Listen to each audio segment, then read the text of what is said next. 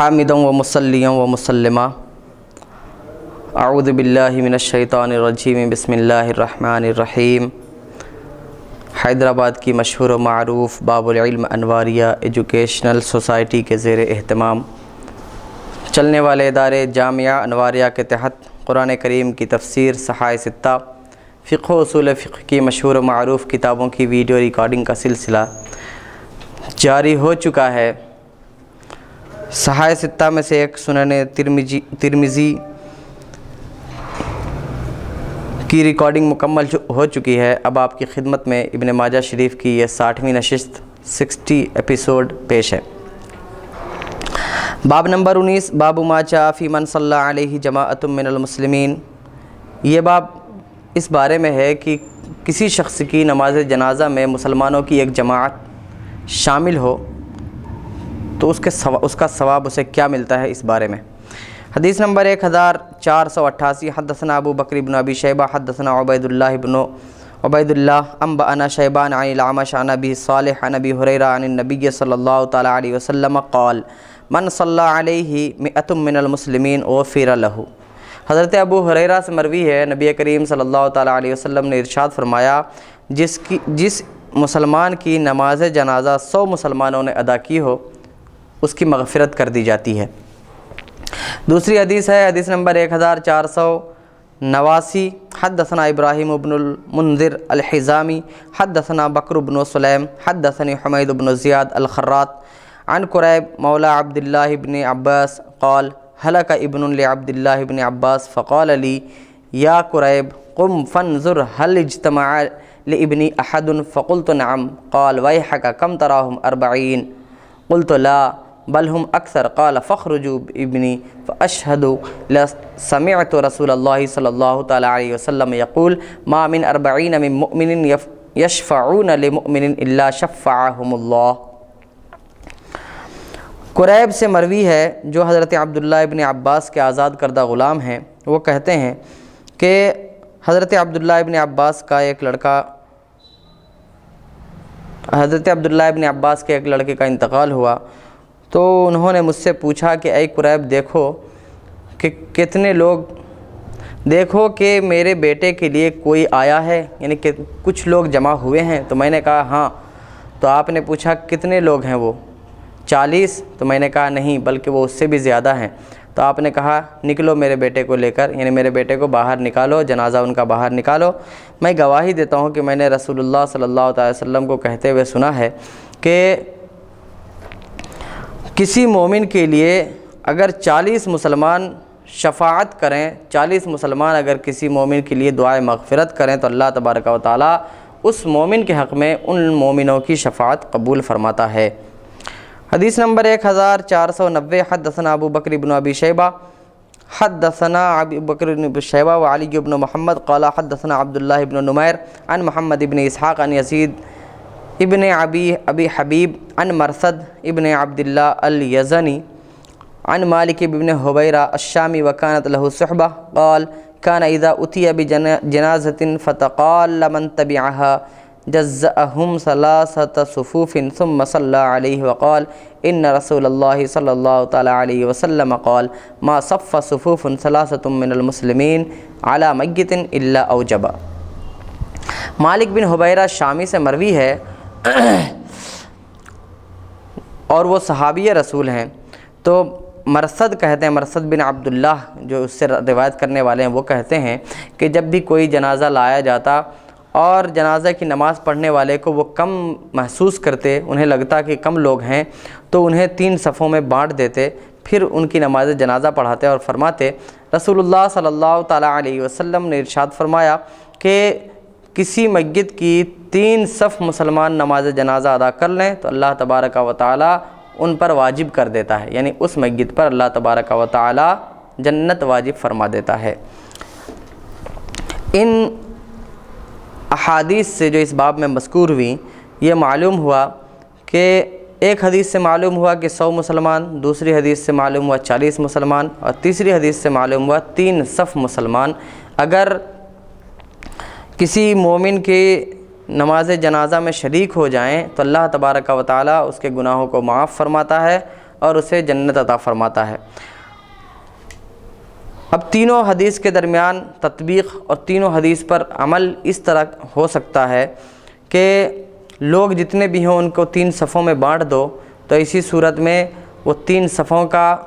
والی حدیث پر عمل ہو جائے گا۔ اگر وہ 40 اور 100 یا 40 کی تعداد کو نہیں بھی پہنچ رہے ہیں تو 3 صف والی حدیث پر عمل ہونے سے انشاءاللہ تعالی امید ہے کہ اللہ تبارک و تعالی اپنے رسول کے فرمان کے مطابق اسے جنت عطا فرمائے گا۔ اور اگر 40 یا اس سے زیادہ لوگ ہیں تب بھی 3 صفوں میں بانٹ کر نماز جنازہ ادا کی جائے، یعنی کم سے کم 3 صفیں تو ضرور بنائی جائیں تاکہ دونوں احادیث پر عمل ہو سکے۔ باب نمبر 20، باب ما جاء فی الثناء علی المیت، یہ باب ہے میت کی حمد و ثنا کے بیان میں، یعنی میت کی تعریف کے بیان میں، میت کی تعریف کرنے کے بیان میں کہ کوئی شخص مر جاتا ہے تو مرنے کے بعد بہت سے لوگ ہوتے ہیں جو واقعی اچھے ہوتے ہیں، تو مرنے کے بعد لوگ ان کی تعریف کرتے ہیں کہ بہت اچھا انسان تھا، اخلاق والا تھا، ملنسار تھا، لوگوں سے مل جل کر رہتا تھا، غریبوں کی مدد کرتا تھا۔ اس طرح اس کی تعریف میں اگر باتیں بیان ہوں تو اس بارے میں رسول اللہ صلی اللہ تعالیٰ علیہ وسلم کیا فرماتے ہیں؟ تو حدیث نمبر 1491، حدثنا احمد بن عبدہ حدثنا حماد بن زید عن ثابت عن انس بن مالک قال مر علی النبی صلی اللہ تعالیٰ علیہ وسلم بجنازۃ فاثنی علیہا خیرا فقال وجبت، ثم مر علیہ بجنازۃ فاثنی علیہا شرا فقال وجبت، فقیل یا رسول اللہ قلت لہذہ وجبت ولہذہ وجبت، فقال شہادۃ القوم والمؤمنون شہود اللہ فی الارض۔ حضرت انس بن مالک سے مروی ہے، فرماتے ہیں کہ رسول اللہ صلی اللہ تعالیٰ علیہ وسلم کے پاس سے ایک جنازہ گزرا تو لوگوں نے اس کی اچھائی بیان کی، یعنی اس کی تعریف کی۔ رسول اللہ صلی اللہ تعالیٰ علیہ وسلم نے فرمایا کہ اس پر واجب ہو گئی۔ پھر رسول اللہ صلی اللہ تعالیٰ علیہ وسلم کے پاس سے ایک جنازہ گزرا تو لوگوں نے اس کی برائی بیان کی۔ رسول اللہ صلی اللہ تعالیٰ علیہ وسلم نے فرمایا واجب ہو گئی۔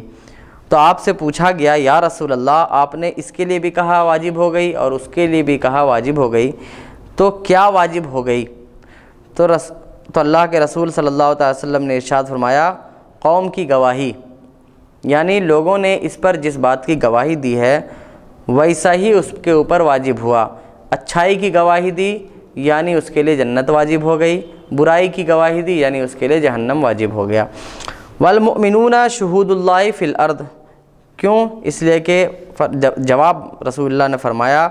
کہ مومنین زمین میں اللہ تبارک و تعالیٰ کے گواہ ہیں، یعنی مومنین اللہ تبارک و تعالیٰ کے گواہ ہیں۔ کل قیامت کے دن یہ مومنین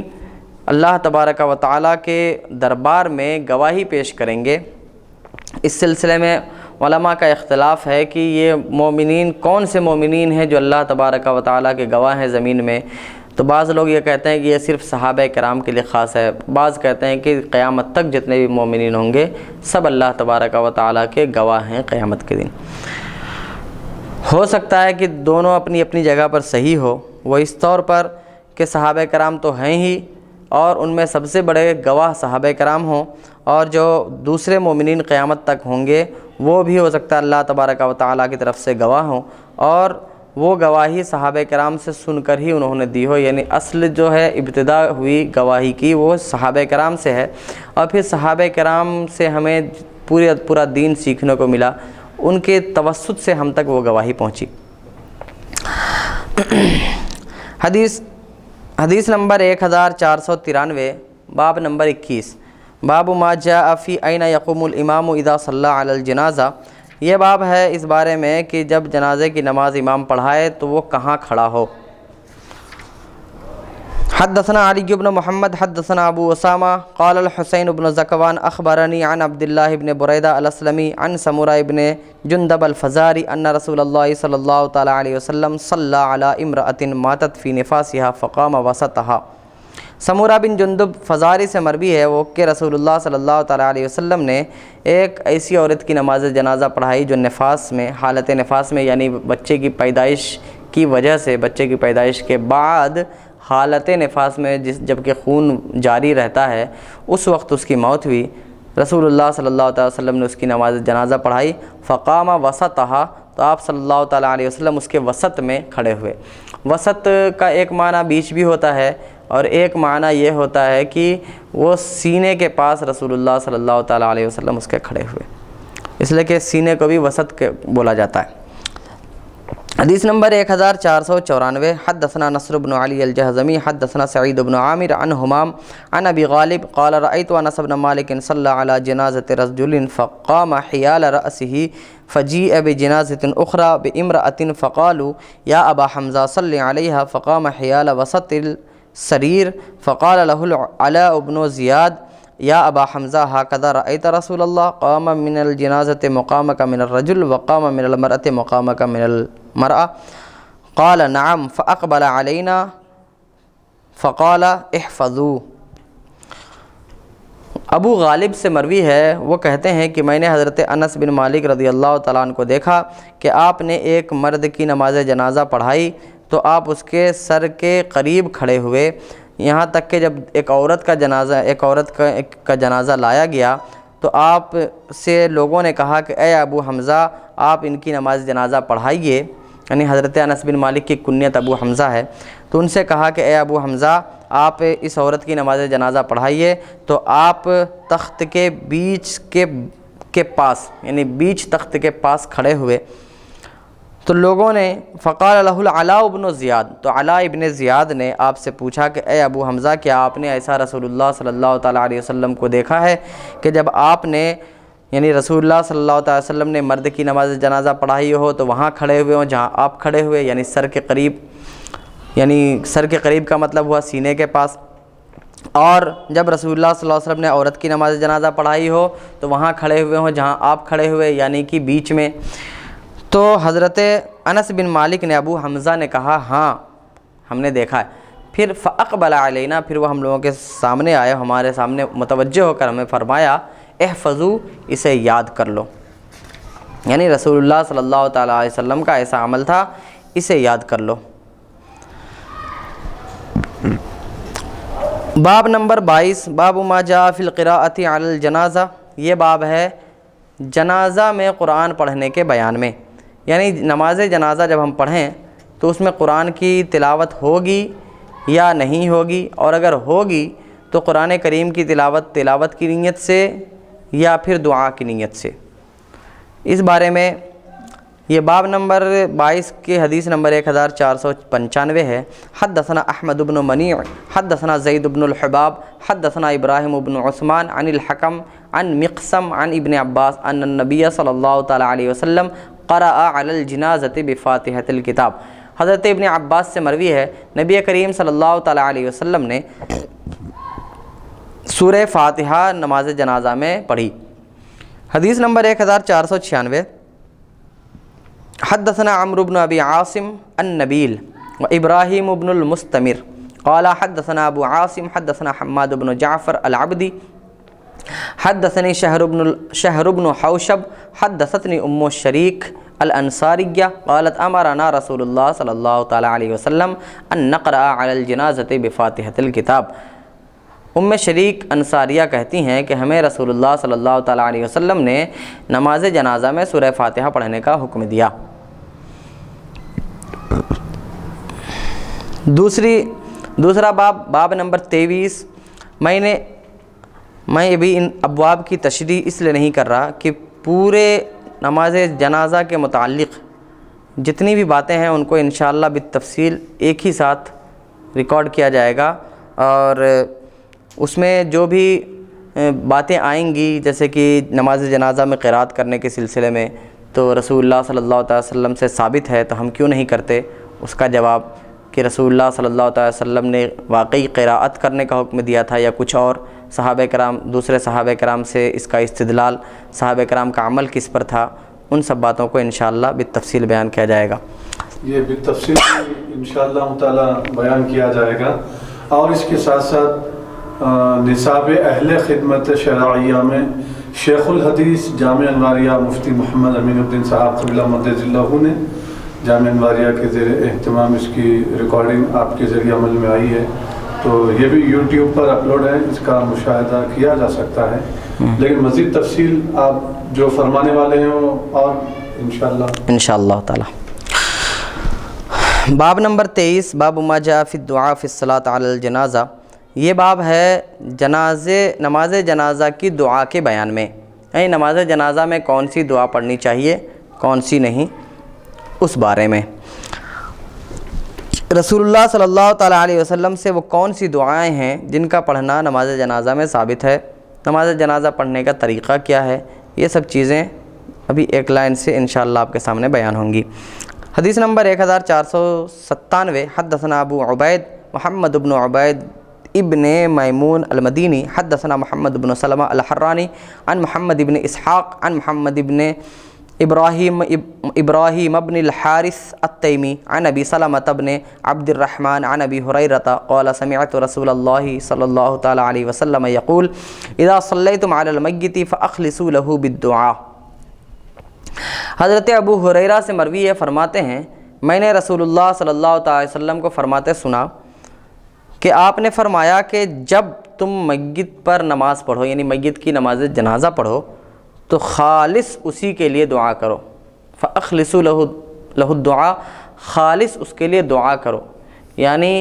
اس حدیث سے یہ معلوم ہوتا ہے کہ نماز جنازہ میں صرف دعا ہے، اور خود نماز جنازہ اگرچہ اس کو نماز کا صلاۃ کا نام دیا جاتا ہے، لیکن عربی زبان میں صلاۃ کا اصل معنی دعا ہی ہوتا ہے. یعنی صلاۃ جنازہ یعنی دعا جنازے کے لیے، یعنی میت کے لیے دعا،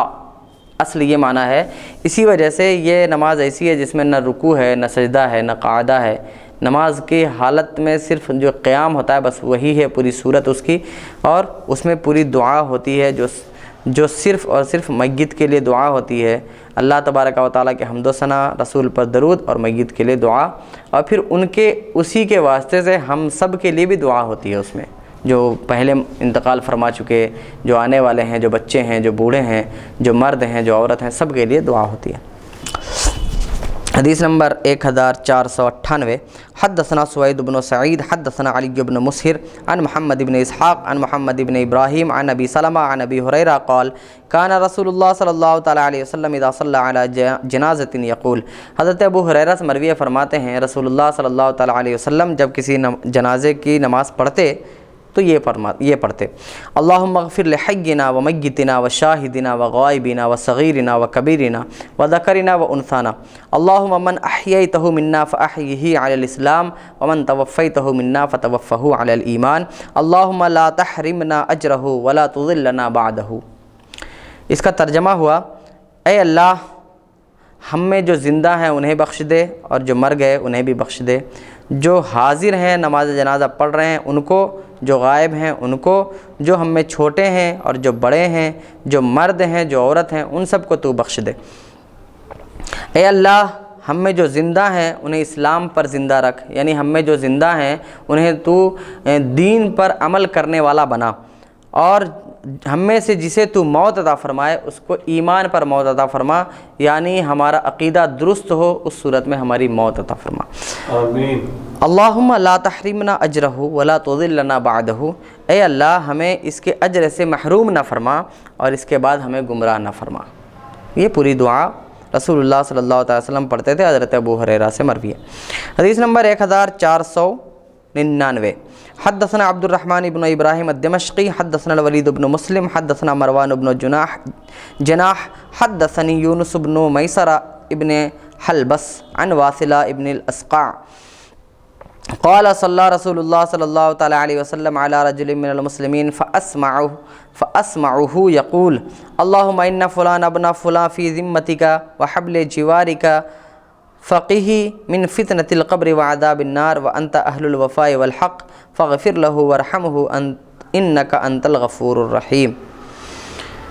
واصلہ بن اسقع سے مروی ہے، وہ فرماتے ہیں کہ رسول اللہ صلی اللہ تعالیٰ علیہ وسلم نے مسلمانوں میں سے ایک شخص کی نماز جنازہ ادا فرمائی تو میں نے انہیں کہتے ہوئے سنا، اے اللہ یہ فلاں بن فلاں تیرے ذمے میں ہے، یعنی اللہ کے رسول صلی اللہ تعالیٰ علیہ وسلم نے اس انسان کا نام لے کر دعا فرمائی کہ یا اللہ یہ فلاں شخص جس کا یہ جنازہ ہے وہ تیرے ذمے میں ہے، تیرے ذمے کرم پر ہے، وحبل جواری کا، اور تیری جوار اور تیری رحمت کی رسی یعنی تیرے رحمت کے سائے میں ہے،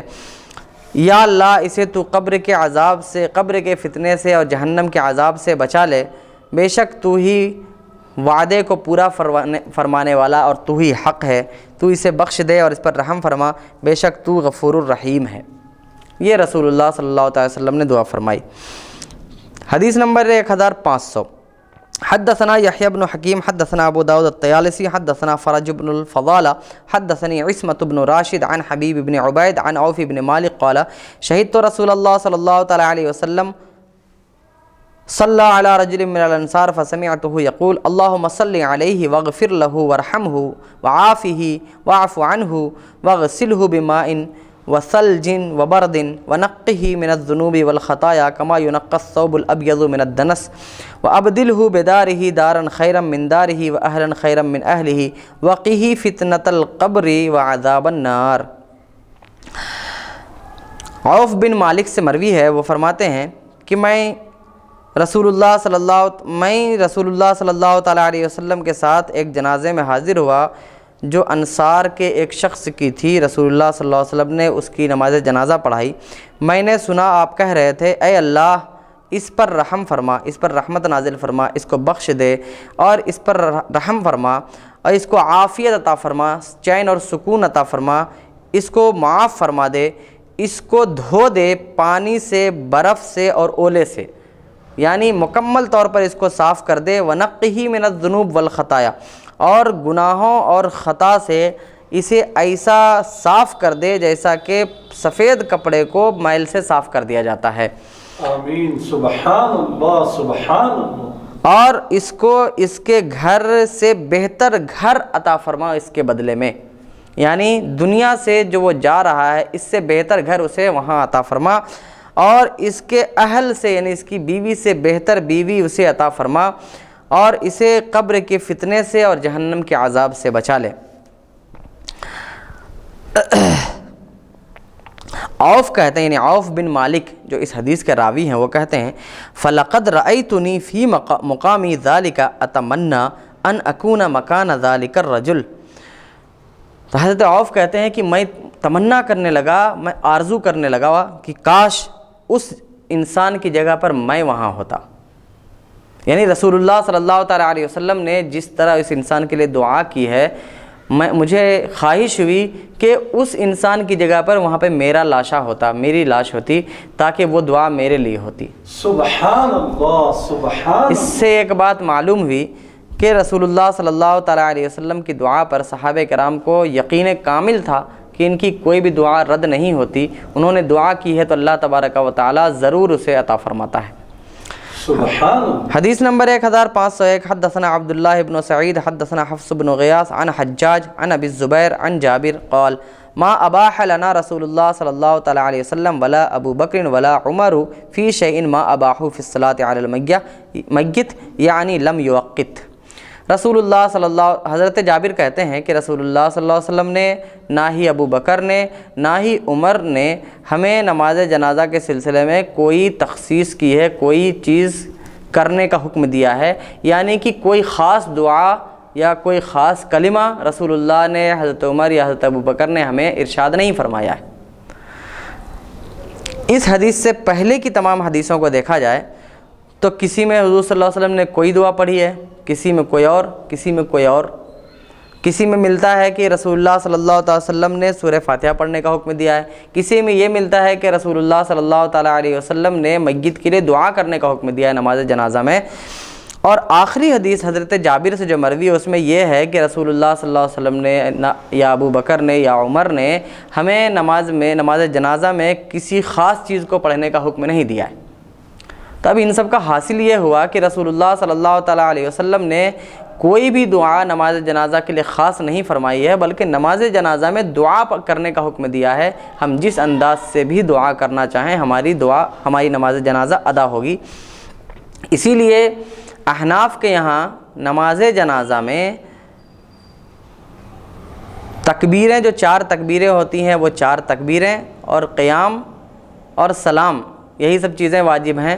قیام فرض ہے، تکبیر فرض ہے، اور سلام پھیرنا جو ہے یہ واجب ہے۔ بس اتنا کام ہے جو ضروری ہے، یعنی اگر کوئی شخص صرف کھڑا ہو جائے نماز، جیسے کہ اس کو کوئی نماز پڑھانے والا، جنازہ پڑھانے والا نہ ملے، اور کوئی انسان اسے پڑھانا نہ آتا ہو، دعائیں یاد بھی نہ ہو کوئی بھی، اور صرف کھڑا ہو کر اس طرح 4 تکبیر کہے، اللہ اکبر پہلی تکبیر، اس کے بعد ہاتھ باندھ لے، پھر تھوڑی دیر بعد پھر اللہ اکبر کہے، پھر تھوڑی دیر بعد پھر اللہ اکبر کہے، پھر اللہ اکبر کہہ کے السلام علیکم ورحمۃ اللہ، السلام علیکم ورحمۃ اللہ کر کے ختم کر لے اپنی نماز، تو جنازہ کی نماز ہو گئی۔ کیونکہ باقی جو دعائیں پڑھنا ہے یہ دعائیں مستحب ہیں، اور جتنی بھی دعائیں ثابت ہیں احادیث کریمہ سے، ان میں سے جس دعا کو بھی پڑھے گا وہ دعا کافی ہوگی اس مستحب کو ادا کرنے کے لیے، اور بندہ اپنے جو فرض کفایہ ہے اس کے اوپر، اس فرض کفایہ سے باہر آ جائے گا، وہ فرض اس کا ادا ہو جائے گا۔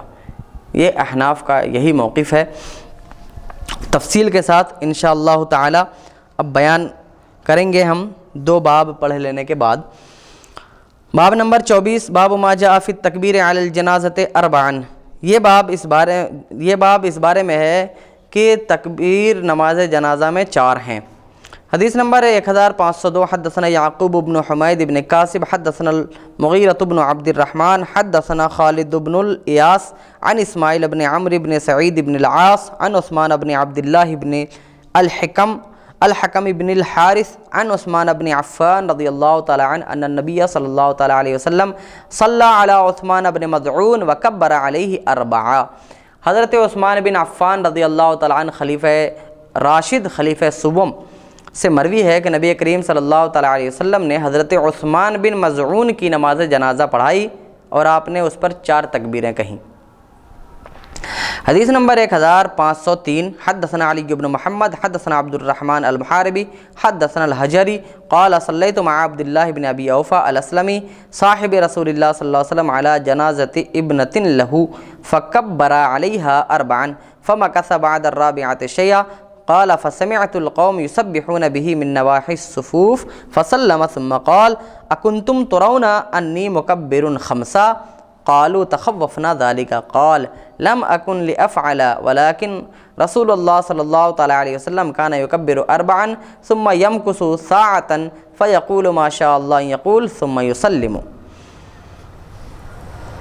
حجری بیان کرتے ہیں کہ میں نے حضرت عبداللہ بن ابو اوفا اسلمی کے ساتھ نماز جنازہ پڑھی۔ یہ رسول اللہ صلی اللہ تعالیٰ علیہ وسلم کے صحابی ہیں۔ ان کے ساتھ میں نے نماز جنازہ ان کی بیٹی کی پڑھی، یعنی اپنی بیٹی کے جنازے کی نماز انہوں نے خود پڑھائی، عبداللہ بن ابو اوفا نے۔ تو وہ کہتے ہیں، حجری کہتے ہیں کہ انہوں نے اس پر 4 تکبیریں کہیں۔ 4 تکبیر کہنے کے بعد وہ تھوڑی دیر ٹھہرے رہے، یعنی سلام پھیرنے سے پہلے تھوڑی دیر ٹھہرے رہے، تو میں نے سنا کہ لوگ انہیں صفوں کے بیچ سے، صفوں کے آس پاس سے، ارد گرد سے آواز آنے لگی تسبیح کی، یعنی سلام پھیریے کا مطلب یہ تھا، یعنی سبحان اللہ اس طرح کی آواز آنے لگی۔ یہ اشارہ تھا اس بات کی طرف کہ 4 تکبیریں ہو گئیں، سلام پھیریے۔ فسلم، یہ لقمے ملنے کے بعد حضرت عبداللہ ابن ابو اوفا نے سلام پھیرا۔ پھر آپ نے پوچھا کیا تم لوگوں کو ایسا لگ رہا تھا کہ میں 5ویں تکبیر کہنے والا ہوں؟ تو لوگوں نے کہا ہمیں اس کا خوف ہوا، اندیشہ ہوا کہ کہیں آپ 5ویں تکبیر نہ کہہ دیں۔ تو آپ نے فرمایا میں ایسا نہیں کرنے والا تھا، لیکن میں نے رسول اللہ صلی اللہ علیہ وسلم کو دیکھا ہے کہ وہ 4 تکبیر کہتے تھے، پھر تھوڑی دیر ٹھہر جاتے تھے، وہ جو ساعت جس کو لمحہ بولتے ہیں، ایک لمحہ ٹھہرتے تھے۔ وہ لمحہ بہت مختصر ہوتا ہے، بہت زیادہ نہیں ٹھہرتے تھے، اتنا لمحہ ٹھہرتے تھے کہ فیقول ما شاء اللہ یقول، اس میں جو بھی 1-2 کلمات پڑھنے لائق رہتا تھا، ہو سکتا وہ کچھ پڑھتے بھی ہوں، اتنی دیر ٹھہرتے پھر آپ سلام پھیرتے تھے۔ تو اس حدیث سے یہ معلوم ہوا کہ 5 تکبیریں کہنے کو صحابہ اور تابعین اچھا نہیں سمجھتے تھے، اسی لیے وہ تسبیح کہنے لگے اور لقمہ دینے لگے، جس کی بات حضرت عبداللہ ابن ابی اوفا نے بتایا بھی کہ میں 5ویں تکبیر نہیں کہنے والا تھا، بلکہ رسول اللہ صلی اللہ علیہ وسلم کو میں نے اس طرح کرتے ہوئے دیکھا ہے۔ اس باب کی آخری حدیث، حدیث نمبر 1504 حدثنا ابو هشام الرفاعي ومحمد بن الصباح وابو بكر بن خلاد قالوا حدثنا يحيى بن اليمان عن المنهال بن خليفة عن حجاج عن عطاء عن ابن عباس ان النبي صلی اللہ تعالی علیہ وسلم کبر 4. حضرت ابن عباس سے مروی ہے کہ نبی صلی اللہ تعالی علیہ وسلم نے 4 تکبیریں کہیں. تو اس باب نمبر 24 کے تحت یہ ہر حدیث سے یہ بیان ہوا کہ رسول اللہ صلی اللہ علیہ وسلم نے 4 تکبیریں کہیں. اب ایک باب ایسا آ رہا ہے جس میں یہ ہے کہ رسول اللہ صلی اللہ علیہ وسلم نے 5 تکبیریں کہیں. حدیث نمبر 1505 حدثنا محمد بن بشار حدثنا محمد بن جعفر حدثنا شعبہ تحویل سند وحدثنا یحیی بن حکیم حدثنا ابن ابی عدی و ابو داود عن شعبہ عن عمرو بن مرہ عن عبد الرحمن بن ابی لیلہ قال كان زید بن ارقم يكبر على جنائزنا 4 وانه كبر على جنازة 5 فسألته فقال كان رسول الله صلی اللہ تعالی علیہ وسلم يكبرها. عبد الرحمن بن ابو لیلہ سے مروی ہے، وہ فرماتے ہیں کہ حضرت زید بن ارقم جب ہماری نماز جنازہ پڑھایا کرتے تھے، یعنی کہ کسی کی جنازے کی نماز پڑھایا کرتے تھے، تو 4 تکبیریں کہا کرتے تھے. ایک مرتبہ انہوں نے 5 تکبیریں ایک جنازے پر کہیں تو میں نے ان سے اس بارے میں پوچھا تو آپ نے فرمایا کہ رسول اللہ صلی اللہ تعالی وسلم 5 بھی کہا کرتے تھے. حدیث نمبر 1506 حدثنا ابراہیم بن المنذر الحزامی حدثنا ابراہیم بن علی الرافعی عن کثیر بن عبداللہ عن ابیہ عن جدہ ان رسول اللہ صلی اللہ تعالی علیہ وسلم کبر 5. کثیر بن عبداللہ سے مروی ہے، وہ اپنے والد سے، وہ اپنے دادا سے روایت کرتے ہیں کہ رسول اللہ صلی اللہ تعالی وسلم نے 5 تکبیریں کہیں. حاصل یہ ہوا اس حدیث کا، اس باب کی دونوں حدیث کا، کہ رسول اللہ صلی اللہ علیہ وسلم نے 5 تکبیریں بھی کہی ہیں. اس بارے میں مذاہب کیا ہے، ہم نماز جنازہ سے متعلق مکمل طور پر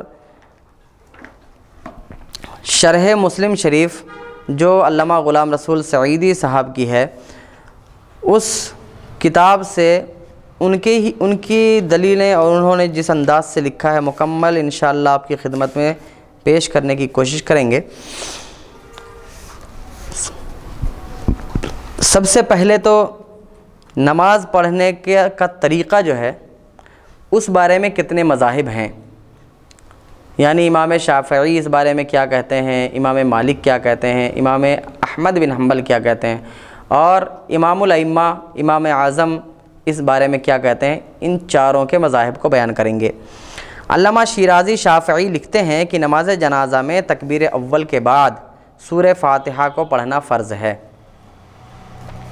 امام شافعی کے ہاں، کیونکہ جب نماز جنازہ میں دیگر فرائض نماز کی طرح قیام فرض ہے، دیگر فرض نمازوں کی طرح قیام بھی فرض ہے، تو سورہ فاتحہ کا پڑھنا بھی فرض قرار پائے گا. یعنی ہم عام نمازیں جب پڑھتے ہیں تو اس میں قیام ہمارے اوپر فرض ہے، کھڑا ہونا یہ فرض ہے، اور امام شافعی کے ہاں سورہ فاتحہ کا پڑھنا وہاں بھی فرض ہے. یعنی کہ عام جو فرض نمازیں یا جو بھی ہم پڑھتے ہیں نفل وغیرہ، جو رکوع اور سجدے والی نماز ہوتی ہے اس میں قیام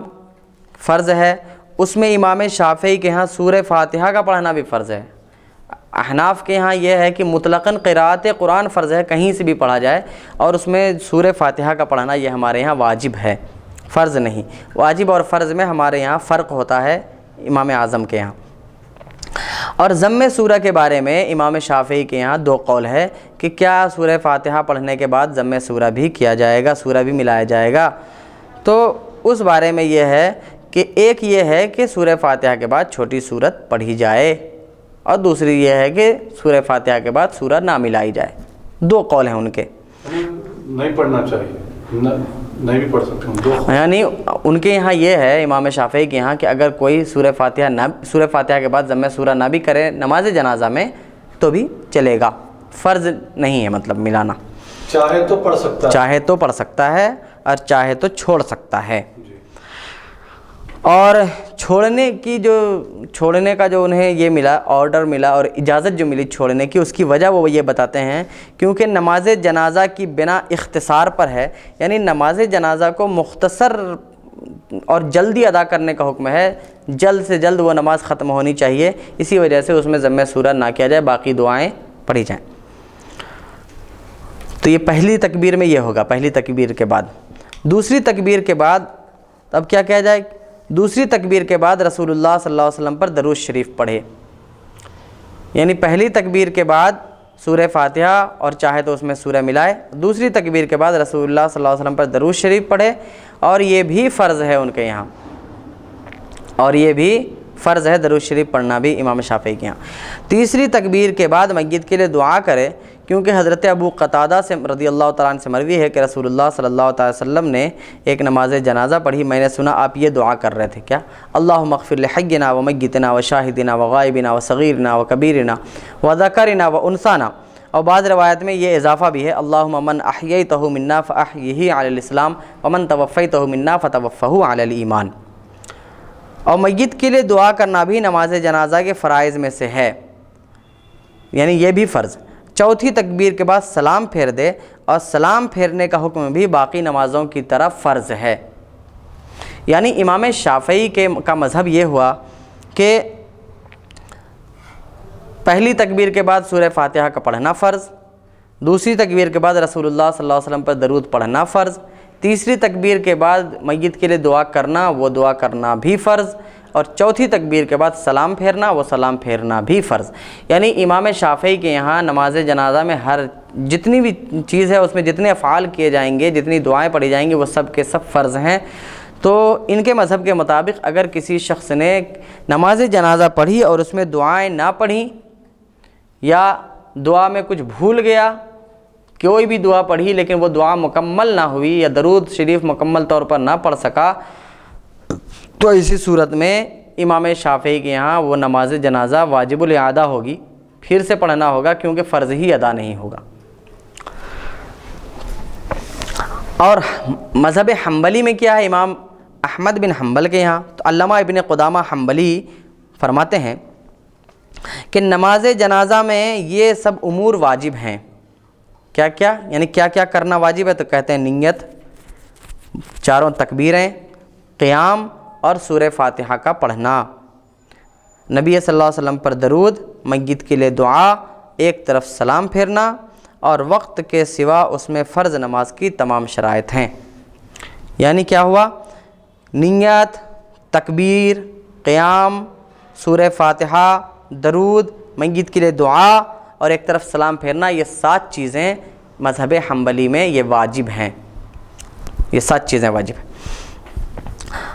اور امام مالک کا اس بارے میں مذہب کیا ہے؟ تو قاضی ابن رشد مالکی لکھتے ہیں کہ امام مالک اور امام اعظم ابو حنیفہ کے نزدیک نماز جنازہ میں قرآن مجید کی قراءت نہیں ہے،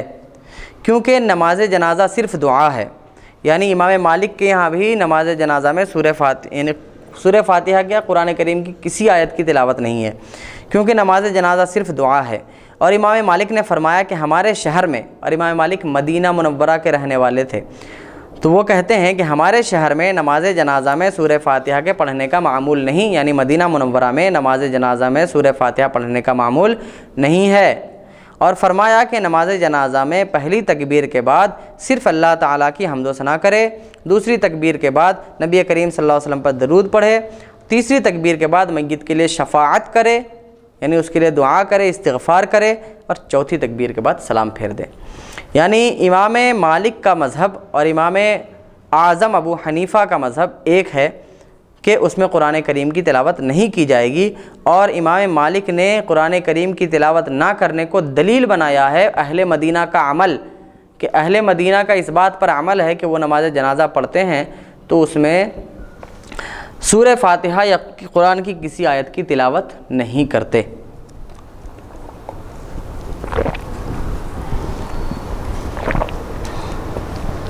امام محمد لکھتے ہیں، امام محمد یہ امام اعظم ابو حنیفہ کے شاگرد ہیں،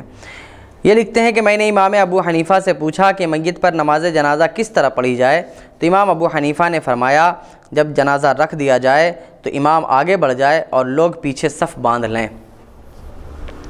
امام رفع یدین کر کے تکبیر کہے، یعنی دونوں ہاتھوں کو اٹھائے اور اللہ اکبر کہتے ہوئے اپنا ہاتھ باندھے، اور لوگ بھی اس کے ساتھ رفع یدین کر کے تکبیر کہیں، پھر اللہ کی حمد و ثنا بیان کریں۔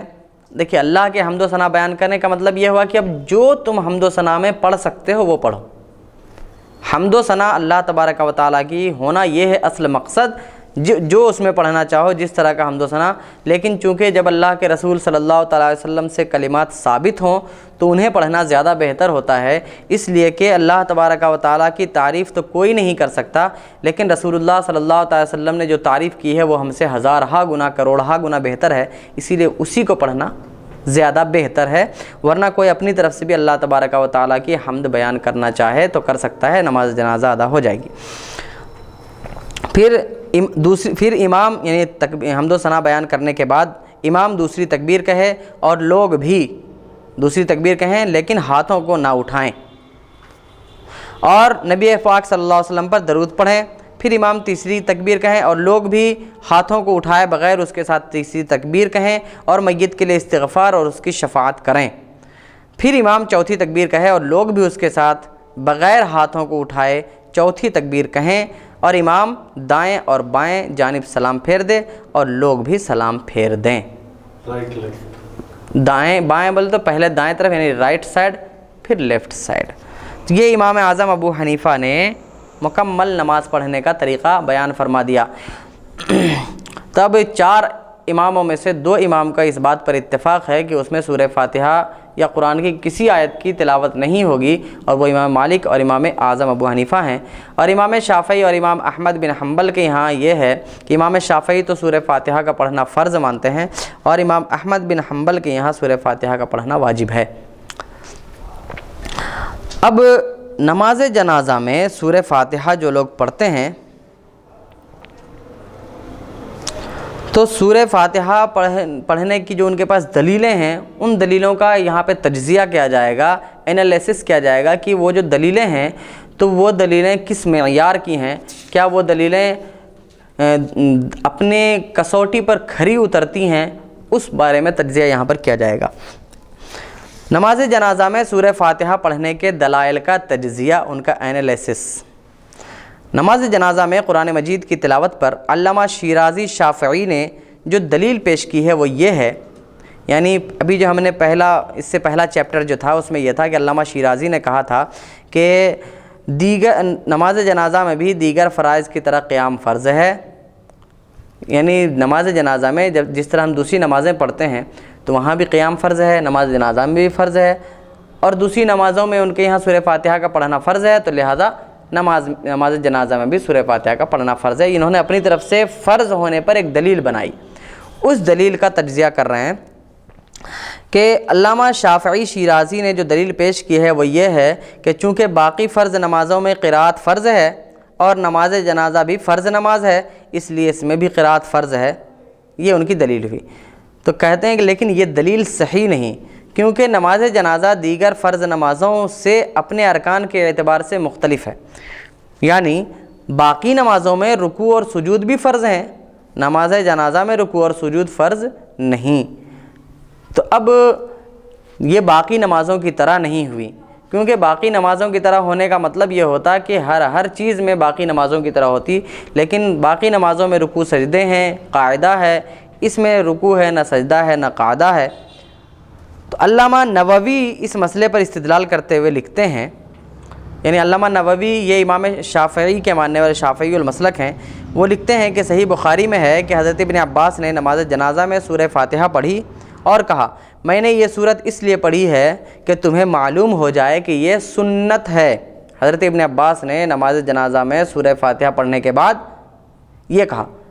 میں نے اس لیے پڑھی ہے تاکہ تمہیں معلوم ہو جائے کہ یہ سنت ہے، یعنی سورہ فاتحہ کا پڑھنا کیا ہے؟ سنت۔ علامہ نووی لکھتے ہیں کہ جب صحابی کسی مسئلے میں کہیں کہ یہ سنت ہے تو مذہب صحیح یہ ہے کہ وہ حدیث مرفوع ہوتی ہے۔ وہ حدیث مرفوع یعنی وہ اللہ کے رسول کا کلام ہے۔ جب کوئی صحابی اب کسی حدیث کی روایت کرتے ہوئے کسی بات کو بیان کرتے ہوئے یہ کہیں کہ یہ سنت ہے تو رول یہ ہے کہ اس کو یہ مانا جائے گا کہ یہ اللہ کے رسول کا کلام ہے، ان کا فرمان ہے، ان کا قول ہے، انہوں نے فرمایا ہے۔ اور حضرت ابن عباس کی یہ حدیث اس مسئلے میں دیگر دلیلوں سے بے پرواہ کر دیتی ہے، یہ علامہ نووی کہتے ہیں۔ تو لیکن علامہ نووی کی یہ دلیل بھی صحیح نہیں، کیونکہ جس خبر واحد میں کسی مسئلے کے مسنون ہونے کی صراحت ہو، یعنی حضرت ابن عباس اس حدیث کے تنہا راوی ہیں، اس حدیث کے تنہا روایت کرنے والے ہیں، جس میں یہ ہے کہ یہ میں نے اس لیے کیا ہے تاکہ تم کو معلوم ہو جائے کہ یہ سنت ہے۔ اس حدیث کے تنہا روایت کرنے والے ہیں۔ خبر واحد اس حدیث کو کہا جاتا ہے جس کے راویوں کی تعداد 10 سے کم ہو، اس کو بولتے ہیں خبر واحد۔ یعنی خبر واحد وہ حدیث ہوتی ہے جو متواتر نہ ہو۔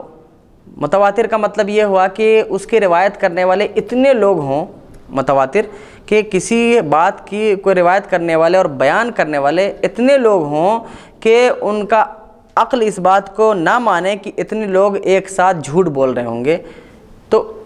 اتنے لوگوں سے کم اگر ہو تو وہ ہے خبر واحد۔ پھر خبر واحد کی کئی قسمیں بنتی ہیں، مشہور، عزیز، غریب، اس طرح۔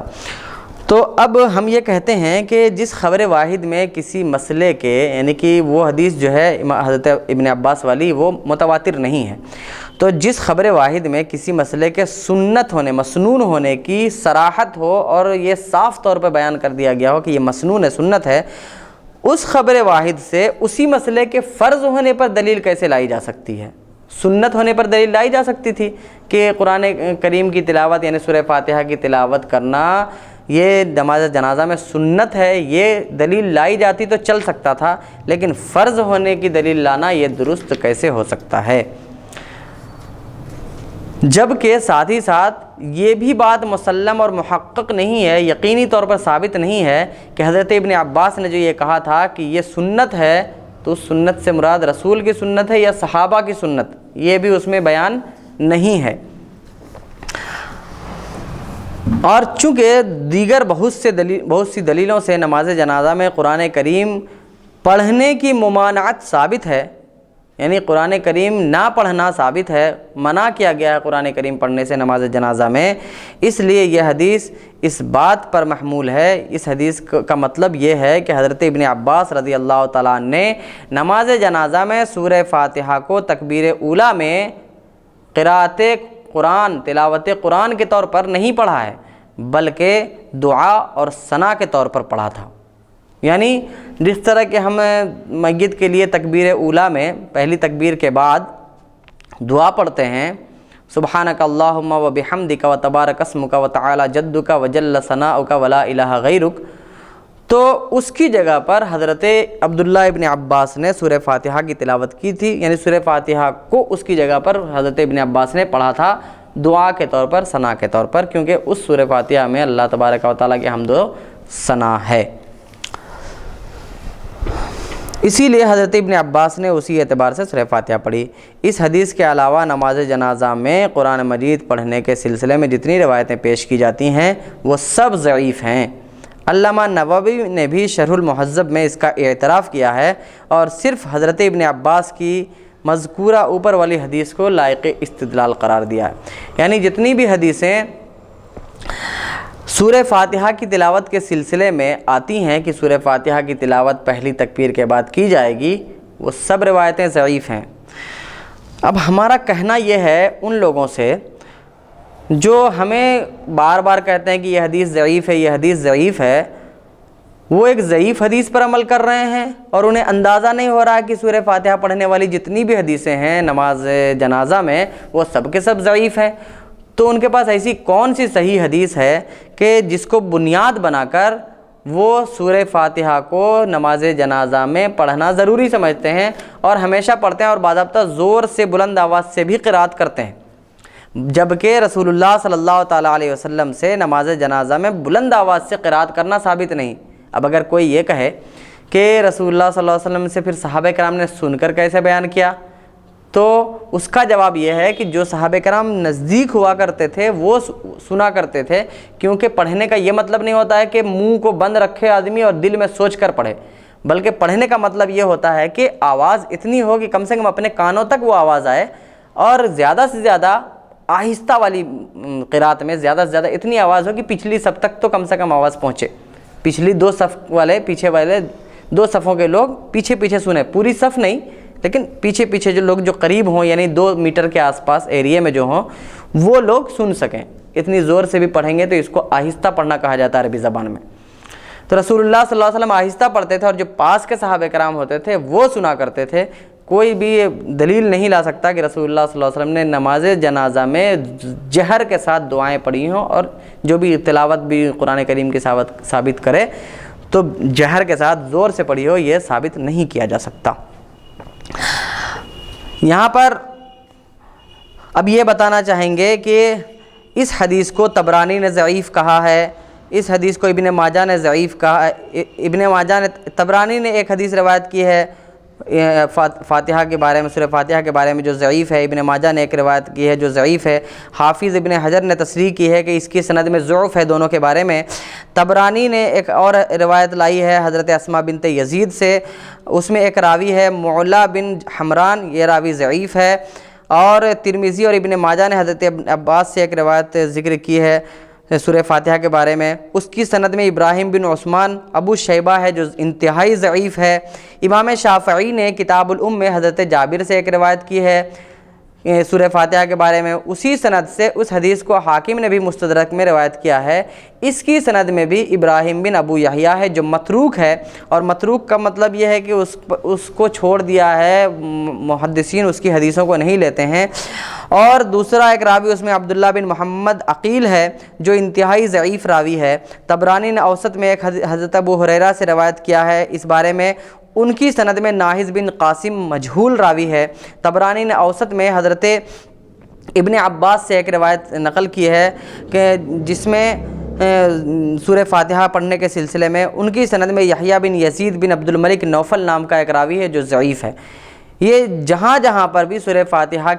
کے بارے میں روایتیں آئی ہیں، ان تمام روایتوں میں کوئی بھی روایت ایسی نہیں ہے جو ضعیف نہ ہو۔ حضرت علامہ نووی نے جو شافعی المسلک ہیں، جو مانتے ہیں کہ سورہ فاتحہ کا پڑھنا نماز جنازہ میں فرض ہے، لیکن ماننے کے بعد بھی شرح المہذب میں اس کا اعتراف کرتے ہوئے انہوں نے کہا ہے کہ تمام راوی جتنی بھی روایتیں سورہ فاتحہ یا قرآن کریم کی تلاوت کے سلسلے میں ہیں وہ سب کے سب راوی ضعیف ہیں۔ اور حضرت ابن عباس کی صرف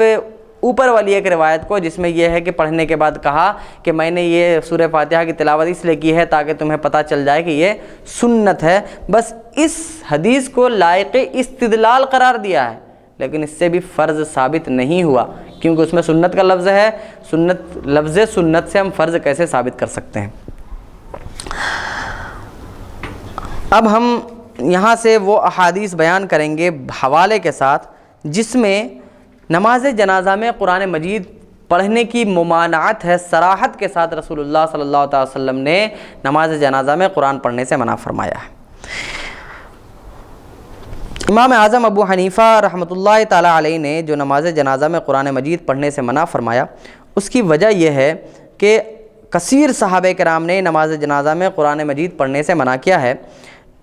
اس سبب سے نماز جنازہ میں قرآن مجید کی کسی آیت کی تلاوت یہ جائز نہیں۔ البتہ نماز جنازہ میں قرآن مجید کی کسی آیت کو ثنا اور دعا کے طور پر پڑھنا چاہے تو پڑھ سکتا ہے، یہ پڑھنا جائز ہے۔ یعنی دعا اور ثنا کے طور پر نماز جنازہ میں کسی آیت کی تلاوت یہ جائز ہے، لیکن کسی بھی نماز جنازہ میں قرآن کریم کی کسی آیت کی تلاوت بطور تلاوت قرآن یہ جائز نہیں ہے۔ اب کوئی یہ سوچے کہ یار پڑھ وہی رہے ہیں اور نام بدل دینے سے کیا ہوگا، تو میں بتاؤں کہ اللہ کے رسول صلی اللہ تعالیٰ علیہ وسلم نے، اور خود قرآن سے بھی ثابت ہے کہ جو لوگ حالت نجاست میں ہوتے ہیں، ناپاکی کی حالت میں، جنابت جس کو کہتے ہیں، جنابت کی حالت میں ہوتے ہیں، جن پر غسل فرض ہوتا ہے، وہ قرآن کریم کی تلاوت نہیں کر سکتے۔ لیکن ایک عورت جو حالت حیض میں ہوتی ہے، MC میں پیریڈ میں ہوتی ہے، یا پھر نفاس کے ایام میں ہوتی ہے، یعنی جب بچے کی ولادت ہوتی ہے اس کے بعد، تو اس صورت میں اگر وہ قرآن کریم کی تلاوت کرنا چاہے تو نہیں کر سکتی، کیونکہ ناپاکی کی حالت میں اس کے اوپر قرآن کریم کی تلاوت کرنا حرام ہے۔ لیکن اگر قرآن کی کسی آیت کو وہ بطور دعا اور بطور ورد پڑھنا چاہے، وظیفہ کے طور پر پڑھنا چاہے، لیکن نیت اس کی قرآن کریم کی تلاوت کرنا نہ ہو بلکہ ایک وظیفہ پڑھنے کی یا ورد کرنے کی نیت ہو، اللہ کا ذکر کرنے کی نیت ہو،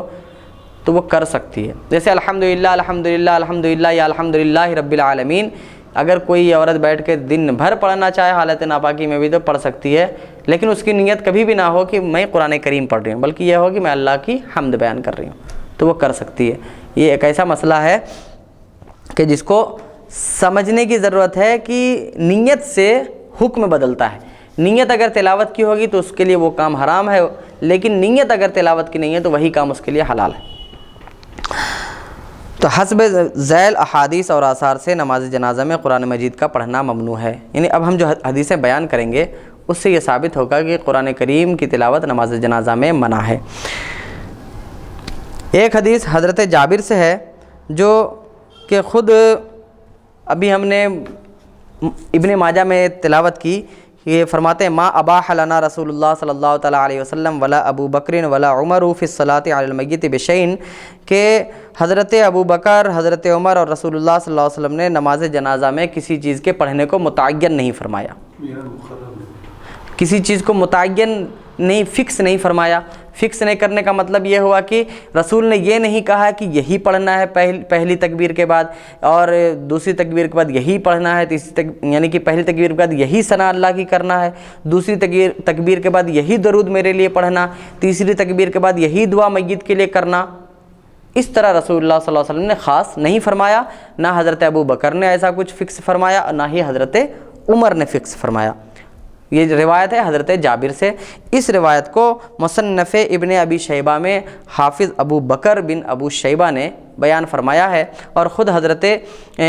سنن ابن ماجہ میں بھی حضرت محمد بن یزید القزوینی نے روایت کی ہے، یعنی صاحب ابن ماجہ نے۔ دوسری حدیث عن عمرو بن شعیب عن ابیہ عن جدہ عن 30 من اصحاب رسول اللہ صلی اللہ علیہ وسلم انہم لم یقوموا علی شیء فی امر الصلاۃ علی الجنازہ۔ عمرو بن شعیب روایت کرتے ہیں، وہ اپنے والد سے، وہ اپنے دادا سے، اور 30 صحابہ کرام سے، 30 صحابہ کرام سے روایت ہے، وہ لوگ نماز جنازہ میں کسی بھی امر پر قائم نہیں رہے۔ مطلب کیا کہ نماز جنازہ میں کے پڑھنے میں کسی بھی چیز کو متعین نہیں فرمایا، فکس نہیں فرمایا کہ یہی پڑھنا ہے۔ تو ان دونوں احادیث سے یہ سمجھ میں آیا کہ ہم نماز جنازہ میں کسی چیز کو فکس نہیں کر سکتے، کیونکہ رسول اللہ صلی اللہ علیہ وسلم نے بھی نہیں کیا، صحابہ کرام نے بھی نہیں کیا۔ جب نہیں کیا تو ہم کیسے کہہ سکتے ہیں کہ سورہ فاتحہ کا پڑھنا فرض ہے؟ ہم کیسے کہہ سکتے ہیں کہ درود کا پڑھنا فرض ہے؟ کیونکہ فرض ہونے کا مطلب تو یہ ہوتا ہے کہ رسول نے فکس کیا ہو، اللہ نے فکس کیا ہو، صحابہ کرام کا بھی اس پر عمل رہا ہو۔ لیکن صحابہ کرام خود فرما رہے ہیں کہ 30 صحابہ سے روایت کرتے ہیں کہ انہوں نے نماز جنازہ میں کسی معین چیز کے ساتھ قیام نہیں کیا، یعنی کہ ایسا نہیں کہ اس نماز جنازہ میں یہ پڑھا تھا اگلی میں بھی وہی، اگلی میں بھی وہی، بلکہ کسی نماز جنازہ میں کچھ اور، کسی میں کچھ اور۔ تیسری حدیث عن موسیٰ الجہنی قال سألت الحکم والشعبی وعطا ومجاہدا فی الصلاة علی المیت شیء مؤقت الصلاة علی المیت شیء مؤقت فقالوا لا انما انت شفیع فاشفع باحسن ما تعلم یا ما تعلم۔ موسیٰ جوہنی کہتے ہیں کہ میں نے حکم، شعبی، عطا، مجاہد سے پوچھا کیا نماز جنازہ میں کوئی چیز مقرر ہے، یعنی نماز جنازہ میں کوئی چیز فکس کی گئی ہے کہ صرف اسی کو پڑھا جائے، دوسری کسی چیز کو نہیں پڑھا جائے؟ تو انہوں نے کہا نہیں، تم صرف شفاعت کرنے والے ہو، تم نماز جنازہ صرف اس لیے پڑھ رہے ہو تاکہ اپنے بھائی کی شفاعت کرو، تو پس اچھی دعا کے ساتھ شفاعت کرو۔ یہاں دیکھیے شفاعت ہم لوگ بھی کرتے ہیں، اور جو بھی مرتا ہے اس کی شفاعت کے لیے ہاتھ اٹھا لیتے ہیں اور دعا کرتے ہیں اللہ کی بارگاہ میں، لیکن کچھ لوگ یہ مانتے ہیں کہ رسول اللہ صلی اللہ علیہ وسلم شفاعت نہیں کریں گے، تو یہ ان لوگوں کے لیے رسول اللہ صلی اللہ علیہ وسلم شفاعت نہ کریں، لیکن جو لوگ رسول اللہ صلی اللہ علیہ وسلم کو شافع مانتے ہیں، رسول اللہ صلی اللہ علیہ وسلم ضرور ان کی شفاعت فرمائیں گے۔ سبحان اللہ۔ عن الشعبی قال فی التکبیرۃ الاولی یبدأ بحمد اللہ والثناء علیہ والثانیہ صلاۃ علی النبی صلی اللہ علیہ وسلم والثالثہ دعاء للمیت والرابعہ للتسلیم۔ شعبی سے مروی ہے، یعنی شعبی کہتے ہیں کہ پہلی تکبیر میں اللہ تعالیٰ کی حمد و ثنا کی جائے گی، دوسری تکبیر میں رسول اللہ صلی اللہ علیہ وسلم پر درود بھیجا جائے گا، تیسری تکبیر کے بعد میت کے لیے دعا استغفار کی جائے گی، اس کے لیے شفاعت کی جائے گی، اور چوتھی تکبیر کے بعد سلام پھیرا جائے گا۔ یہ جتنی حدیثیں میں نے پڑھی ہیں ابھی تک وہ مصنف ابن ابی شیبہ میں ہے۔ عن علی انہ حضرت علی سے مروی ہے کہ جب نماز جنازہ پڑھتے تو پہلے اللہ تعالیٰ کی حمد کرتے، پھر نبی صلی اللہ علیہ وسلم پر درود شریف پڑھتے، پھر دعا کرتے اللہم اغفر لأحیائنا و امواتنا، یعنی پوری وہی اللہم اغفر لحینا و میتنا و شاہدنا. تو یہاں پہ حینا کی جگہ احیائنا جمع کا صیغہ استعمال ہوا، پلورل استعمال ہوا، اور امواتنا میتنا کی جگہ امواتنا میت کا پلورل استعمال ہوا. حضرت نافع سے مروی ہے ان ابن عمر کان لا یقرأ فی الصلاۃ علی المیت.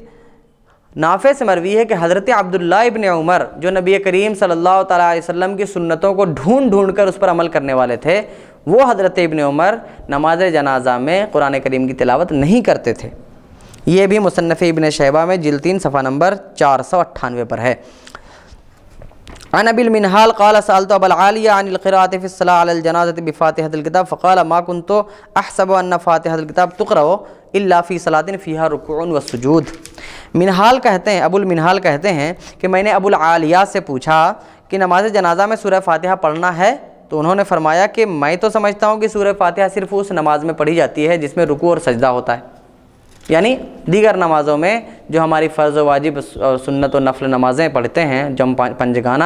یا اور بھی نمازیں جس میں رکوع سجود والی نماز ہوتی ہے، اس میں صرف سورہ فاتحہ پڑھنا ہے. حضرت اس حدیث کو بھی مصنف ابن ابی شیبہ میں ذکر کیا گیا ہے. حضرت علی سے مروی ہے، وہ کہتے ہیں عن علی کہتے ہیں میں نے فضالہ بن عبیدہ سے پوچھا کیا میت پر قرآن کریم کی تلاوت کی جائے گی، تو انہوں نے کہا نہیں. سعید بن ابو بردہ سے وہ کہتے ہیں کہ حضرت ابو بردہ سے ایک شخص نے پوچھا کہ کیا میں نماز جنازہ میں سورہ فاتحہ پڑھوں، فرمایا مت پڑھو. اس کو بھی مصنف ابن ابی شیبہ میں ذکر کیا ہے. حجاج کہتے ہیں کہ میں نے عطا سے نماز جنازہ میں قرآن مجید پڑھنے کے بارے میں سوال کیا، انہوں نے کہا ہم نے یہ نہیں سنا، یعنی ہم نے صحابہ سے نہیں سنا. عطا یہ لوگ تابعی ہیں جن کے بارے میں رسول اللہ صلی اللہ تعالی وسلم نے فرمایا خیر القرون قرنی ثم الذین یلونہم ثم الذین یلونہم، سب سے بہترین زمانہ میرا، پھر صحابہ کا، پھر تابعین کا، پھر تبع تابعین کا، تابعین سے ملنے والے لوگوں کا.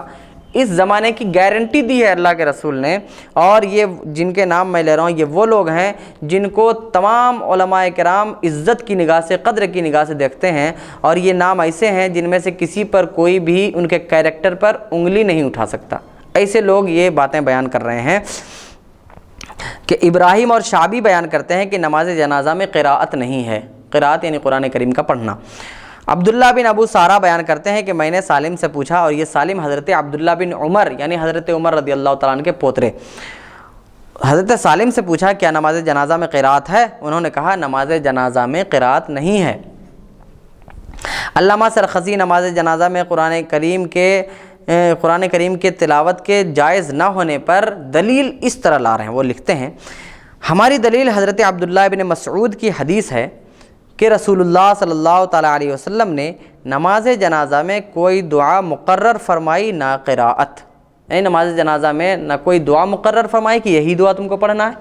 اور نہ ہی قراءت متعین فرمائی کہ تم کو سورہ فاتحہ ہی پڑھنا ہے. قراءت بھی فکس نہیں کیا. امام کی تکبیر پر تکبیر کہو اور اچھی دعا کو اختیار کرو، یعنی رسول اللہ صلی اللہ علیہ وسلم نے کچھ بھی بیان نہیں فرمایا ہے، تو جب امام تکبیر کہے تو تم بھی تکبیر کہو، اور دعا کرنے کے لیے جمع ہوئے ہو میت کے لیے تو ان کے لیے اچھی دعا کرو. اسی طرح حضرت عبد الرحمن بن عوف صحابی رسول اور حضرت عبداللہ بن عمر رضی اللہ تعالیٰ عنہما سے مروی ہے، انہوں نے کہا کہ نماز جنازہ میں قرآن مجید کی قراءت نہیں ہے. اور جابر رضی اللہ تعالیٰ عنہ کی روایت کا جواب یہ ہے، یعنی رسول اللہ صلی اللہ تعالی وسلم نے سورہ فاتحہ پڑھی، جو ہم نے ابن ماجہ سے پڑھی تھی ایک روایت کہ رسول اللہ صلی اللہ علیہ وسلم نے نماز جنازہ میں سورہ فاتحہ پڑھی، اور حضرت ابن عباس سے بھی ایک روایت ہے کہ انہوں نے سورہ فاتحہ پڑھی اور کہا کہ رسول اللہ نے یہ پڑھی، یعنی سنت ہے یہ. ان دونوں روایتوں کا جواب یہ ہے کہ انہوں نے نماز جنازہ میں سورہ فاتحہ کو بطور ثنا اور بطور حمد اللہ تبارک و تعالیٰ کے حمد و ثنا کے طور پر پڑھا ہے، نہ کہ قرآن کریم کی قراءت کے طور پر. نیز نماز جنازہ حقیقتاً نماز نہیں ہے، یہ صرف میت کے لیے استغفار اور دعا ہے. کیا آپ نہیں جانتے کہ نماز جنازہ میں نماز کے ارکان میں سے، نماز کے جتنے رکن ہوتے ہیں ان میں سے نہ رکوع ہے نہ سجدہ ہے، اور اس کو نماز صرف اس لیے کہتے ہیں کہ عربی زبان میں، عربی لغت میں نماز صلاح دعا کو کہتے ہیں. صلاۃ کا معنی دعا ہوتا ہے، اور طہارت اور صلاۃ کا معنی دعا۔ پھر اگر کوئی یہ کہے کہ دعا تو ہم کدھر بھی رخ کر کے کر سکتے تھے، دعا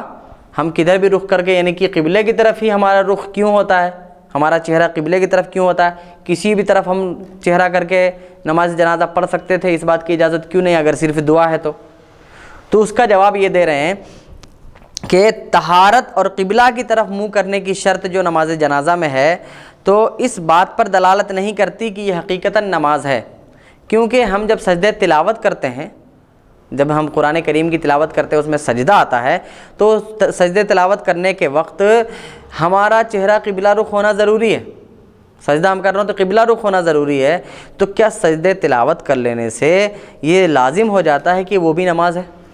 قبلہ رخ ہو کر اور طہارت کے ساتھ وضو کے ساتھ ہونا اس میں بھی ضروری ہے، تو قبلہ رخ ہونا اور طہارت ہونا یہ اس بات کی دلیل نہیں بن سکتی کہ وہ نماز ہے۔ جس طرح سجدہ تلاوت میں یہ شرط اس کے نماز ہونے کو مستلزم نہیں ہے، یعنی سجدہ تلاوت میں بھی یہ شرط ہے کہ قبلہ کی طرف آپ کا چہرہ ہو اور آپ باوضو بھی ہوں، لیکن پھر بھی وہ نماز نہیں ہے، اسی طرح سے نماز جنازہ میں بھی قبلہ رخ ہونا، طہارت ہونا اس بات کو لازم نہیں ہے کہ وہ حقیقتاً نماز مان لی جائے۔ اور تکبیر اولیٰ کے سوا اس میں رفع یدین نہیں کیا جائے گا، اور امام اور مقتدیوں کا ان مسائل میں ایک حکم ہے،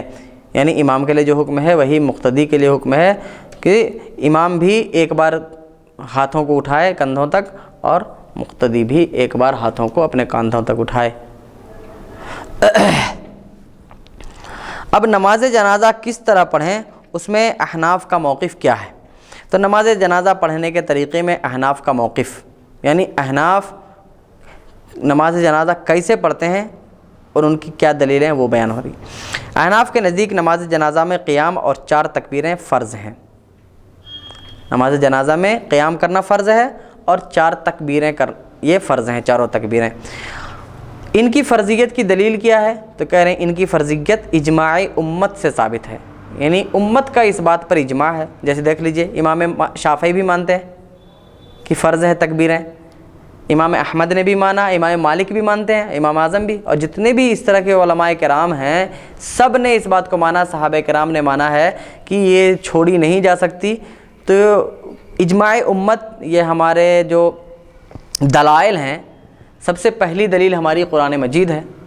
پھر ہمیں اس میں اگر کچھ نہ ملے تو دوسری ہماری دلیل بنتی ہے حدیث نبوی، پھر اس کے بعد کتاب حدیث نبوی یعنی قرآن کریم، سنت جس کو حدیث نبوی کہیں، اجماع امت کا اجماع یعنی امت میں جو اکثر علماء کرام جس طرف جائیں گے، جس بات پر متفق ہو جائیں گے وہ ایک دلیل بنے گی، اور اس کے لیے جو حکم ان سے ثابت ہوگا ویسا حکم ثابت ہوگا۔ تو امت اس بات پر اجماع کرتی ہے، امت کا اس بات پر اجماع ہے کہ قیام اور 4 تکبیریں یہ فرض ہیں، لہذا ہم بھی اس کو فرض مانتے ہیں، اور دلیل اجماع امت۔ پہلی تکبیر کے بعد ثنا، دوسری تکبیر کے بعد درود شریف، تیسری تکبیر کے بعد میت کے لیے دعا کرنا یہ مستحب ہے، یعنی تینوں کام کرنا مستحب ہے۔ ثنا اور درود شریف اور استغفار کے لیے جتنے بھی کلمات اللہ کے رسول صلی اللہ علیہ وسلم کی احادیث میں ذکر ہوئے ہیں ان میں سے ہم جو چاہیں پڑھ سکتے ہیں، اور قرآن کریم کی آیات میں سے اگر ہم سورہ فاتحہ کی تلاوت بھی کرتے ہیں ثنا کے طور پر تو یہ بھی کرنا جائز ہے، لیکن تلاوت کی نیت نہ ہو۔ ثنا کے طور پر اگر پڑھنا چاہیں تو وہ بھی پڑھ سکتے ہیں، یا جتنی دوسری احادیث شریفہ آئی ہیں وہ بھی پڑھ سکتے ہیں۔ بہت سے لوگ جو یہ سمجھتے ہیں کہ وہ دعا یاد نہیں ہے تو نماز جنازہ نہیں ہوگی، ان کا یہ سمجھنا غلط فہمی ہے۔ کسی کو اگر کوئی بھی دعا یاد ہے، نہیں یاد ہے تو ربنا آتنا فی الدنیا حسنہ، یا رب اغفر لی ولوالدی ولمن تولد ولجمیع المؤمنین والمؤمنات، اس طرح کی جو بھی دعائیں جس میں مغفرت کا معنی پایا جاتا ہے، اور رب اغفر وارحم وانت خیر الراحمین، اس طرح کوئی بھی چیز دعا میں پڑھی جا سکتی ہے، کوئی بھی درود پڑھا جا سکتا ہے، کوئی بھی ثنا پڑھا جا سکتا ہے، اور نہیں بھی پڑھا تب بھی نماز جنازہ ادا ہو جائے گی، اور کسی طرح کی کوئی کمی نہیں ہوگی، مکمل طور پر نماز جنازہ ادا ہوگی، کیونکہ ان سب کا پڑھنا مستحب ہے، فرض نہیں، نہ واجب نہ ہی سنت۔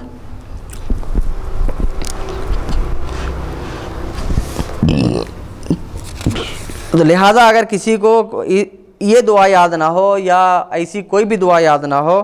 تو ان کو کسی طرح کے شک میں پڑھنے کی ضرورت نہیں ہے، مروجہ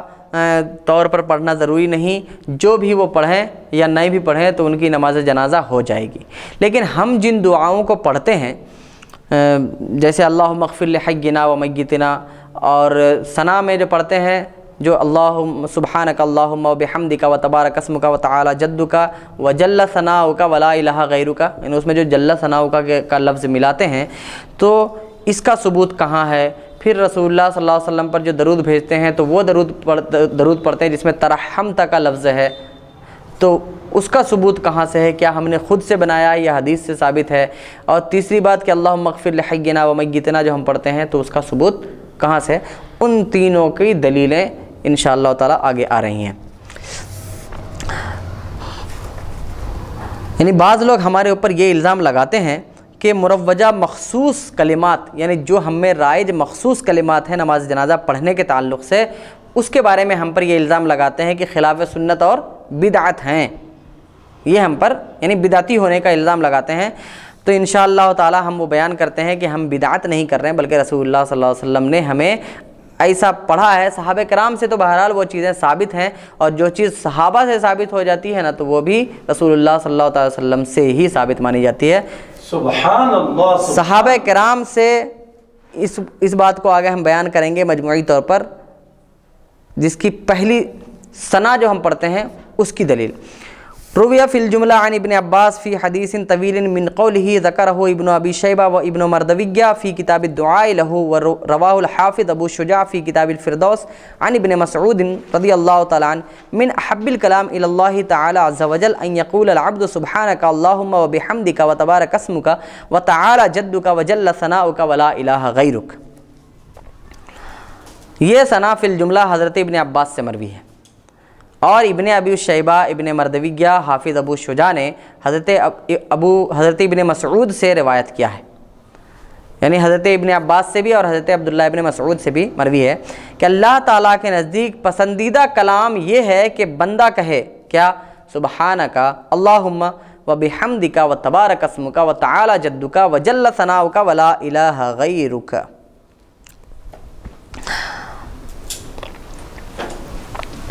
درود شریف یعنی مروجہ نماز جنازہ کے طریقے میں جو درود شریف پڑھا جاتا ہے اس میں رحم کے الفاظ بھی ہیں، اس کے ثبوت میں حضرت علی رضی اللہ تعالیٰ عنہ سے یہ الفاظ منقول ہیں۔ یعنی رائج جو ہم لوگ پڑھتے ہیں درود شریف نماز جنازہ میں، اس میں یہ رحم کا لفظ ہے، ترحمت کا لفظ آتا ہے، اللہم صلی علی محمد وعلی آل محمد کما صلیت و بارکت و رحمت و ترحمت علی ابراہیم وعلی آل ابراہیم انک حمید مجید، اس طرح کے الفاظ آتے ہیں۔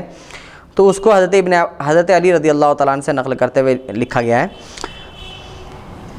وَرَحَمْ محمد وآل محمد کما رحمت علی ابراہیم وعلی آل ابراہیم انک حمید مجید۔ یہ اور حضرت ابن عباس سے مروی ہے وہ یہ ہے، وَرَحَمْ محمد وآل محمد کما صلیت وبارکت وترحمت علی ابراہیم وعلی آل ابراہیم انک حمید مجید۔ تو دیکھیے وہی درود یہاں پہ بیان ہوا ترحمتا کے ساتھ۔ مروجہ دعا کی دلیل، یعنی اس کے بعد جو تیسری تکبیر میں جو ہم دعا پڑھتے ہیں میت کے لیے، اللہم اغفر لحینا و میتنا و شاہدنا و غائبنا، یہ جو جتنا ہم پڑھتے ہیں اس پورے کی دلیل۔ تو نماز جنازہ میں جو ہم دعا پڑھتے ہیں اس کا ذکر اس حدیث پاک میں ہے۔ عن ابی ابراہیم الاشہلی عن ابیہ قال کان رسول اللہ صلی اللہ تعالی علیہ وسلم اذا صلی علی الجنازۃ قال اللہم اغفر لحینا و میتنا و شاہدنا و غائبنا و صغیرنا و کبیرنا و ذکرنا و انثانا، اتنا۔ عن ابی ہریرہ عن النبی صلی اللہ تعالی وسلم مثل ذلك وزاد فی اللہم من احییتہ منا فاحیہ علی الاسلام ومن توفیتہ منا فتوفہ علی الایمان۔ یہ امام ترمذی نے جامع ترمذی صفحہ نمبر 166 پر مذکور ہے۔ ابو ابراہیم اشہلی کے والد اور حضرت ابو ہریرہ دونوں سے مروی ہے کہ رسول اللہ صلی اللہ تعالی وسلم نماز جنازہ میں یہ دعا مانگتے تھے، اللہم اغفر لحینا و میتنا و شاہدنا و غائبنا و صغیرنا و کبیرنا و ذکرنا و انثانا۔ یہاں تک یہ مروی ہے ابو ابراہیم اشہلی سے، اور حضرت ابو ہریرہ اس کے آگے اور بڑھاتے ہوئے کہتے ہیں پورا، اللہم من احییتہ منا فاحیہ علی الاسلام ومن توفیتہ منا فتوفہ علی الایمان۔ اس حدیث کو امام ابو داؤد نے اپنی سنن میں حضرت ابو ہریرہ سے روایت کیا ہے۔ سبحان اللہ۔ تو سنن ابو داؤد جلد 2 صفحہ نمبر 100 پر یہ حدیث مذکور ہے۔ ان احادیث اور آثار کی روشنی میں احناف کے بتائے ہوئے طریقے، حنفیوں کے بتائے ہوئے طریقے سے نماز جنازہ کا پڑھنے کا مسئلہ اللہ کے فضل و کرم سے، اللہ کے کرم سے، اللہ کے فضل سے واضح ہو گیا۔ اس مسئلے کے سلسلے میں اگر اور زیادہ معلومات حاصل کرنی ہو تو علامہ غلام رسول سعیدی صاحب نے اپنی مقالات میں، مقالات سعیدی میں اس عنوان پر بہت مبسوط اور طویل لمبا مقالہ لکھا ہے، وہاں سے تفصیل حاصل کی جا سکتی ہے۔ اللہ تبارک و تعالیٰ سے دعا ہے کہ ہم تمام مسلمانوں کو صحت و سلامتی، تندرستی عطا فرمائے، تمام مسلمانوں کو دین اسلام پر عمل کرتے رہنے کی توفیق عطا فرمائے، نماز پنجگانہ با جماعت ادا کرنے کی توفیق عطا فرمائے، ہم میں جو بیمار ہیں انہیں صحت کامل عطا فرمائے، مجھے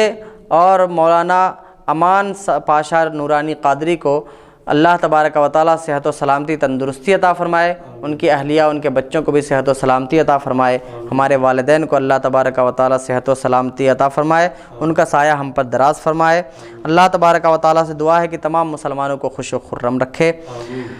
اپنے رسول صلی اللہ تعالیٰ علیہ وسلم کے صدقے ہماری مجلسوں کو قبول فرمائے، ہماری دعاؤں کو قبول فرمائے۔